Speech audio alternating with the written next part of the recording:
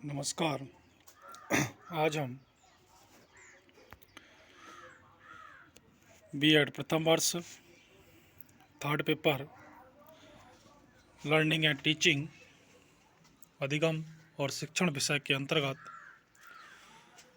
जानेंगे बुद्धि परीक्षण के प्रकार। कल के व्याख्यान के अंतर्गत हमने अध्ययन किया था बुद्धि परीक्षण का अर्थ और बुद्धि परीक्षण का इतिहास, और वहीं हम लोग अध्ययन कर रहे थे टाइप्स ऑफ इंटेलिजेंस टेस्ट के बारे में। व्यक्तिगत बुद्धि परीक्षण इंडिविजुअल इंटेलिजेंस टेस्ट को हमने कल पढ़ा। आज हम जानते हैं इससे अगला प्रकार सामूहिक बुद्धि परीक्षण ग्रुप इंटेलिजेंस टेस्ट। इस परीक्षण के द्वारा एक ही समय में बहुत से व्यक्तियों का बुद्धि मापन एक साथ किया जा सकता है। इस परीक्षण का जन्म प्रथम महायुद्ध के समय हुआ। प्रथम महायुद्ध के समय में अमेरिका को लाखों ऐसे व्यक्तियों की आवश्यकता थी जो तीव्र बुद्धि वाले हों और योग्य एवं कुशल भी हों। इस योग्यता को पूरा करने के लिए लॉवसीन, पिंटर, डाइक, ऑटिस्पोल और टर्मेन आदि मनोवैज्ञानिकों ने दो प्रकार के सामूहिक परीक्षणों को निर्मित किया। पहला आर्मी अल्फा परीक्षण और दूसरा आर्मी बीटा परीक्षण। जानते हैं आर्मी अल्फा परीक्षण क्या है। यह परीक्षण अंग्रेजी पढ़े लिखे व्यक्तियों के लिए था। इसमें 212 प्रश्न थे जिन्हें 23 मिनट 15 सेकंड में हल करना था। आर्मी बीटा परीक्षण यह अशाब्दिक परीक्षण बिना पढ़े लिखे लोगों के लिए और विदेशियों के लिए था। इसमें प्रायः सामान्य प्रश्न होते थे। इसके बाद अनेकों सामूहिक परीक्षणों का निर्माण हुआ। आधुनिक समय में योग्य व्यक्तियों का चयन करने और उनको निर्देशन देने में यह परीक्षण बहुत उपयोगी सिद्ध हुए हैं। इनका प्रशासन भी सरल है। इसे एक अध्यापक भी सुगमतापूर्वक कर सकता है। इसके द्वारा मूर्खों को निकालना और योग्य व्यक्तियों का पद पर रखना संभव हो सका है। जानते हैं सामूहिक बुद्धि परीक्षण के दोष। कुछ दोष भी इस परीक्षण में है, जैसे इनका प्रयोग छोटे बालकों के लिए उपयुक्त नहीं है। इसमें विश्वसनीयता और वैधता कम होती है।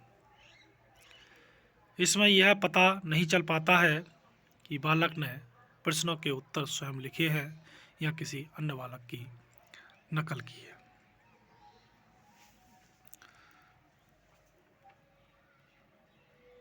अब जानते हैं व्यक्तिगत बुद्धि परीक्षण और सामूहिक बुद्धि परीक्षण में अंतर। Difference between individual intelligence test and group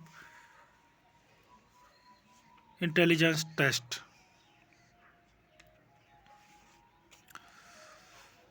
व्यक्तिगत परीक्षा में समय और खर्च अधिक लगता है। सामूहिक परीक्षा में इनकी बचत होती है। व्यक्तिगत से सामूहिक परीक्षाओं के प्रश्न सरल होते हैं प्रखर और सामान्य बालकों का पता आसानी से चल जाता है। व्यक्तिगत में बालक घबरा जाता है किंतु सामूहिक में नहीं घबराता। व्यक्तिगत में मनोविज्ञान की आवश्यकता पड़ेगी पर सामूहिक में मनोविज्ञान की आवश्यकता नहीं पड़ती है। व्यक्तिगत बुद्धि परीक्षाओं में प्रश्नों की भाषा, ज्ञान और व्यवहारिकता का भी प्रभाव पड़ता है। सामूहिक में बालक स्वतंत्रता का अनुभव करता है। मानसिक स्फूर्ति का संचार करने के लिए झूठी परीक्षाएं ली जा सकती हैं। व्यक्तिगत में ऐसा नहीं हो सकता। व्यक्तिगत बुद्धि परीक्षण सामूहिक बुद्धि परीक्षण में सबसे अधिक प्रामाणिक और विश्वसनीय होते हैं।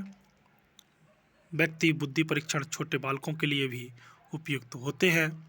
इसके विपरीत सामूहिक बुद्धि परीक्षण बड़े बालकों के लिए भी उपयुक्त होते हैं। व्यक्तिगत बुद्धि परीक्षण में व्यक्ति की सामूहिक बुद्धि का पता नहीं लग पाता। अब जानते हैं हम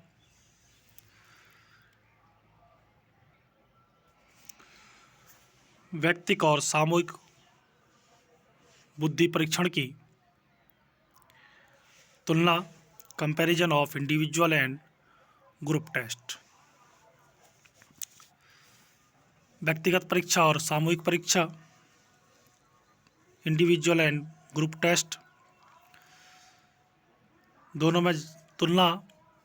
यह परीक्षा केवल अनुभवी या प्रशिक्षित व्यक्ति ले सकता है। सामूहिक परीक्षा में यह परीक्षा सामान्य योग्यता का व्यक्ति ले सकता है। यह परीक्षा छोटे बालकों के लिए उपयुक्त है। यह परीक्षा बड़े बालकों और वयस्कों के लिए अधिक उपयुक्त है। इस परीक्षा में परीक्षक और परीक्षार्थी का निकट संबंध होता है। इस परीक्षा में दूर का संबंध होता है। इस परीक्षा में परीक्षक परीक्षार्थी के गुण दोष का पूर्ण अध्ययन कर सकता है।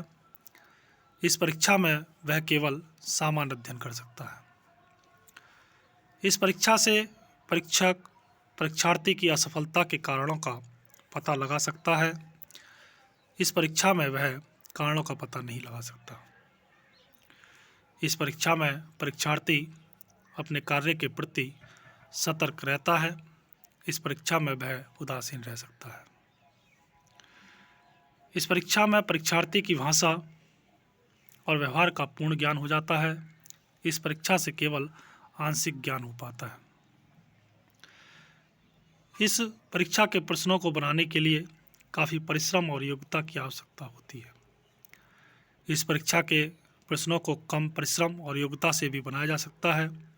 इस परीक्षण के निष्कर्ष बहुत प्रामाणिक और विश्वसनीय होते हैं। इस परीक्षा के निष्कर्ष कम प्रामाणिक और विश्वसनीय होते हैं। इस परीक्षा के लिए बहुत धन और समय की आवश्यकता है। इस परीक्षा के लिए कम धन और समय की आवश्यकता होती है। अब जानते हैं हम अगला प्रकार क्रियात्मक बुद्धि परीक्षण, परफॉर्मेंस इंटेलिजेंस टेस्ट। इन परीक्षणों के द्वारा गूंगे, बहरे और अन्य व्यक्तियों की बुद्धि लब्धि मापी जाती है। इस प्रकार के परीक्षणों में शब्दों का प्रयोग न करके अमूर्त वस्तुओं का प्रयोग किया जाता है। अतः यह परीक्षण अशाब्दिक नॉन वर्बल होते हैं। क्रियात्मक बुद्धि परीक्षण निम्न प्रकार के होते हैं। सबसे पहला चित्रित परीक्षा, पिक्चर ड्राइंग टेस्ट। यह परीक्षा 4 से 10 वर्ष तक के बालकों के लिए होती है। इसमें बालक से कहा जाता है कि वह फला वस्तु का चित्र बनाए।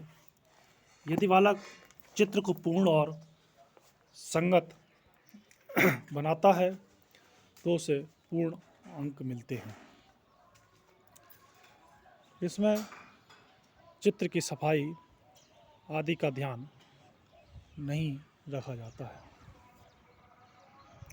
दूसरा, चित्र पूर्ण परीक्षण, पिक्चर कंप्लीशन टेस्ट। इसमें बालक को किसी चित्र को टुकड़ों में बांटकर दे दिया जाता है। बालक को उन टुकड़ों को जोड़कर चित्र पूरा करना होता है। इस परीक्षण में समय और परीक्षण के आधार पर अंक प्रदान किए जाते हैं। तीसरा है चित्र संयोजन परीक्षण, पिक्चर असेंबली टेस्ट। इस परीक्षण में बालक को एक क्रम के चित्र तितर बितर करके दिए जाते हैं। बालक को एक निश्चित समय में उन चित्रों को क्रम में लगाना होता है। इन परीक्षण में भी समय और सफलता के आधार पर अंक प्रदान किए जाते हैं। अगला प्रकार है पोर्टियस भूल भुलैया परीक्षण, पोर्टियस बेस टेस्ट। इस परीक्षण में बालक को एक ऐसा चित्र दिया जाता है जिसमें बीच में कोई जानवर बैठा होता है और उसके चारों तरफ बहुत से रास्ते बने होते हैं। इन परीक्षण में से जो बालक सबसे पहले पेंसिल द्वारा जानवर निकालने का सबसे छोटा रास्ता लाइन बनाता हुआ ढूंढ निकालता है, उसी को बुद्धिमान मान लिया जाता है। अगला है आकार फलक परीक्षण, फॉर्म वोल टेस्ट। इस परीक्षण का निर्माण सेगुइन नामक मनोवैज्ञानिक ने किया था। इस परीक्षण में एक लकड़ी के बड़े गुटके पर विभिन्न प्रकार के छेद जैसे गोलाकार, चौकोर, त्रिकोण, षटकोण आदि बने होते हैं। बालक को इन छेदों के पूरक टुकड़े दे दिए जाते हैं। जो बालक उन टुकड़ों को बने छेदों में ठीक ठीक फिट कर देता है, उसे बुद्धिमान मान लिया जाता है। तो आज हमने जाना बुद्धि परीक्षण के प्रकार। धन्यवाद।